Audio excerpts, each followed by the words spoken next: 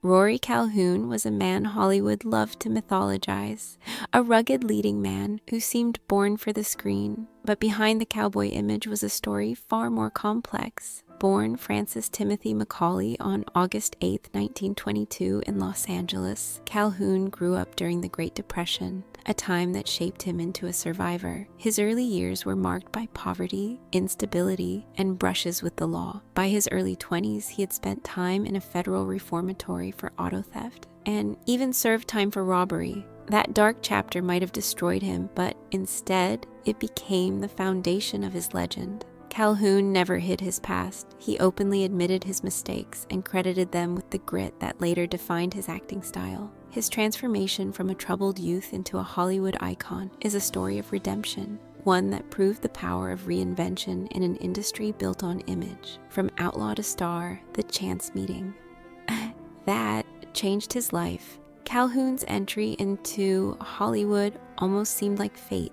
After his release from prison, he took on odd jobs as a mechanic, logger, and cowboy, living the rugged lifestyle that would later become his screen identity. A chance meeting with actor Alan Ladd changed everything. Ladd's wife, Sue Carroll, was a talent agent who recognized something magnetic in the tall, broad-shouldered young man with piercing eyes. She signed him, gave him the stage name Rory Calhoun, and sent him to acting school. From there, his rise was swift. He made his screen debut in the early 1940s and quickly earned supporting roles with major studios. His natural athleticism, deep voice, and rugged good looks made him a perfect fit for westerns, a genre that was dominating Hollywood. His authenticity, his real-life experience as a cowboy, gave him an edge few actors could match. A Western icon, the roles that defined a generation. In the 1950s, Rory Calhoun became one of Hollywood's most recognizable Western stars. He appeared in films such as The Red House, 1947, A Song in My Heart, 1952, and River of No Return, 1954, where he starred alongside Marilyn Monroe and Robert Mitchum. Audiences admired his quiet confidence. Unlike the loud, brash heroes of the era, Calhoun's strength was subtle. He was a man of few words, a stoic figure whose presence alone filled the screen. This made him not just a star, but a symbol of old-school masculinity. In a genre that often relied on exaggerated bravado, Calhoun's realism felt refreshing. His ability to portray a cowboy not as a caricature, but as a real man with real struggles, earned him the admiration of fans and critics alike. His authenticity became his greatest asset, and it was a trait that stayed with him throughout his career. The Texan, television, and the birth of a legend. Calhoun's fame reached new heights when he starred in The Texan from 1958 to 1960. The series was a major success and cemented his place in television history. In the role, Calhoun played a lone cowboy wandering the West, a man of honor who never compromised his principles. Audiences believed him not just because of his acting, but because the character mirrored his real life. He knew how to ride, rope, and survive, skills he had actually used. The show made him a staple of the small screen and introduced him to a new generation of fans. It also strengthened his image as a gentleman hero, tough but kind, wild yet thoughtful. His on-screen persona seemed inseparable from his real-life identity, making Calhoun one of the most believable and beloved Western stars of his time. A life of love and chaos, Calhoun's first marriage. Rory Calhoun's personal life was as dramatic as his films. His first marriage was to actress and singer Lita Barron in 1948. The couple quickly became one of Hollywood's most glamorous pairs, and they seem to embody the golden era of celebrity romance. Their marriage produced 3 daughters, Cindy, Tammy, and Lori, whom Calhoun adored, even as his career kept him away from home. Yet the pressures of fame and Calhoun's reputation as a charming ladies' man took a toll. Rumors of infidelity followed him, and though some were exaggerated, they created tension at home. By the late 1960s, the marriage was strained beyond repair. In 1969, Barron publicly cited Calhoun's unfaithfulness as the reason for their separation, stating she could forgive many things, but not lies. Their divorce in 1970 marked the end of a long, glamorous chapter in Calhoun's life. A second chance, love with Sue Rhodes. After the end of his first marriage, Calhoun found love again in 1971 with British journalist Sue Rhodes.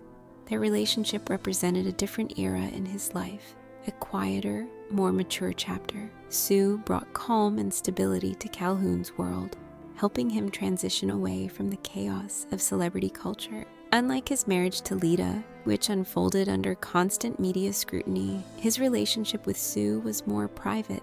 Friends noted that Sue's presence softened him and helped him become more grounded. However, their marriage still faced challenges, and in 1979, they divorced. Despite the split, the bond between them never fully disappeared. Years later, in a twist worthy of Hollywood, they remarried in 1982. Their second union was calmer and more peaceful, built on forgiveness and companionship rather than passion. It was a love story that reflected Calhoun's growth and his ability to find stability later in life. The silent rivalry, Calhoun's long-standing relationship with Randolph Scott.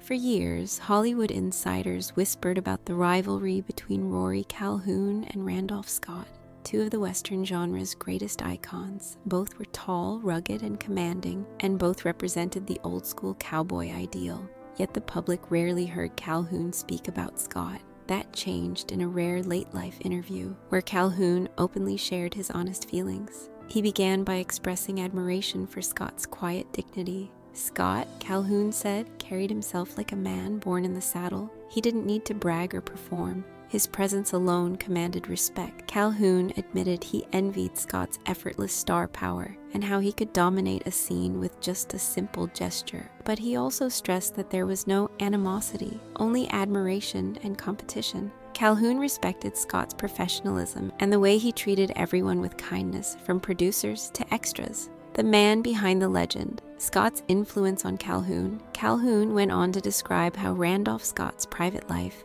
fascinated him.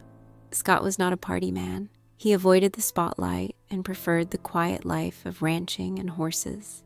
This independence impressed Calhoun, who saw it as rare in Hollywood. Scott's refusal to chase fame was something Calhoun admired deeply. He recalled Scott telling him, "Don't ever chase fame. It runs faster than any horse, and if you catch it, it'll buck you off." That advice stayed with Calhoun, especially during moments when he felt tempted to pursue attention at any cost. He admitted that his own mistakes and impulsiveness sometimes led him into trouble. Watching Scott retire quietly without scandal or drama gave Calhoun a new perspective. He saw a man who knew when to step away and did so with grace. That quiet dignity, Calhoun said, is what made Scott unforgettable. Final reflection: two cowboys, one legacy. As the interview drew to a close, Calhoun reflected on how Randolph Scott shaped the Western genre. He believed that every actor who ever wore a cowboy hat owed something to Scott. Scott set the standard. He didn't need gimmicks or loud bravado. He simply stood tall and remained true to himself. Calhoun admitted he wished they had been closer friends, but he also understood the cowboy code of pride and silence. "We were too damn proud," he said.